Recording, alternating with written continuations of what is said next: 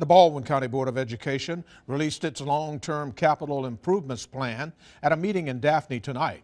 The plan includes $350 million worth of new school construction and facility upgrades across the county.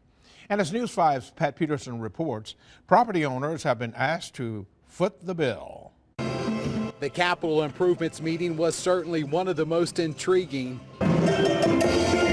and entertaining school board meetings I've ever covered. Instead of crunching numbers, school officials put on an elaborate Hollywood-style production complete with live music, lights, cameras, even singing kids to pitch their $350 million capital improvements plan. Tonight, we want to tell our story. The board wants to build at least 6 new schools, including new elementary schools in Bay Minette, Spanish Fort, Daphne, and Foley, and a new high school in Gulf Shores.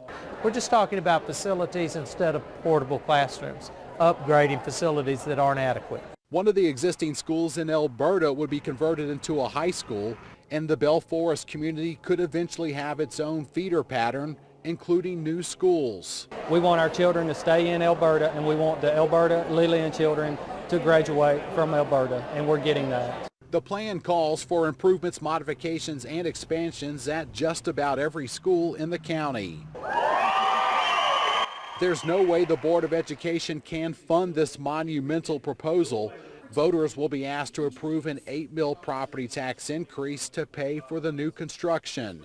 8 mills doesn't sound like much at all when compared to the other school systems that we want to be compared with and what we want to do for our students. We believe that 8 mills is just, not much to give just for our students.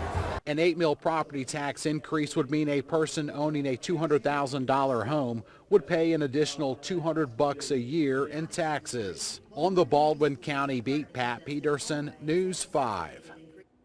More than 30,000 students attend school in Baldwin County. That number is expected to jump to 36,000 in less than 4 years. Voters will be asked to approve the tax hike to fund new school construction in a special referendum next year.